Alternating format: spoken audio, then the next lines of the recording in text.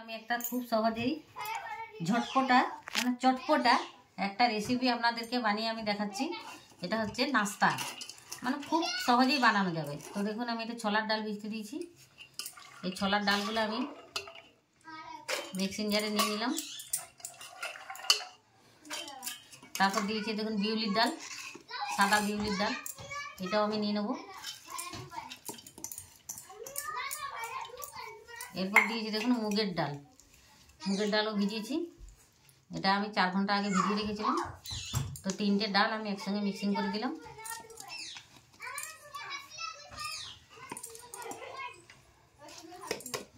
খুব সহজেই এটা বানানো যাবে, বানানোর পদ্ধতিটা আপনাদেরকে দেখাচ্ছি। এর সঙ্গে দিয়ে দেবো দেখুন এই যে পেঁয়াজ কলি ছোটো ছোটো করে কেটে রেখেছি। দেখুন পেঁয়াজ কলিটা আমি এটার মধ্যে দিয়ে দিচ্ছি। তা আপনারা চাইলে পালং শাকও দিতে পারেন, আবার মূলো শাকও দিতে পারেন, ধনে পাতাও দিতে পারেন। তো আমি পেঁয়াজ কলিটা দিয়ে দেখাচ্ছি।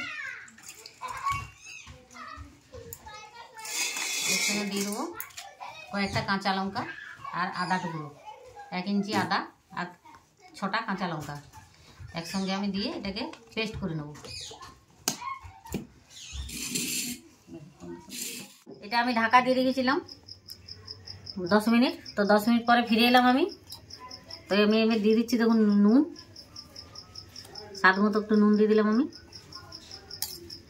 এরপরে এটাকে আমি আর একটু ফেটিয়ে নেবো হাতের সাহায্যে।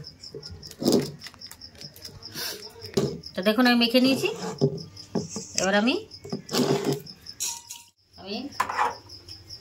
তেল দিয়েছি, সাদা তেল। তেলটা আমার গরম হয়ে গেছে, দেখুন আমি দিয়ে দিচ্ছি।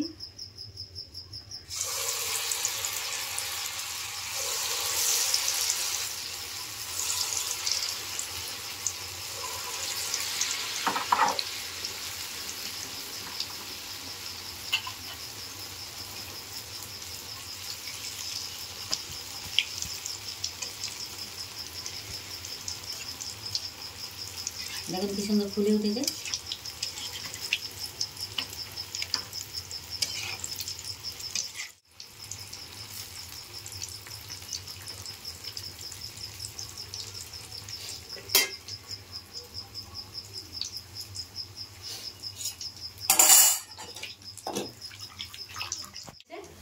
এটাকে আমি এবারে তুলে নেব।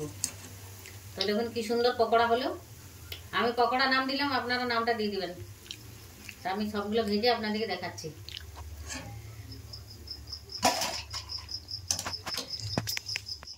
কেমন লাগলো আপনাদের?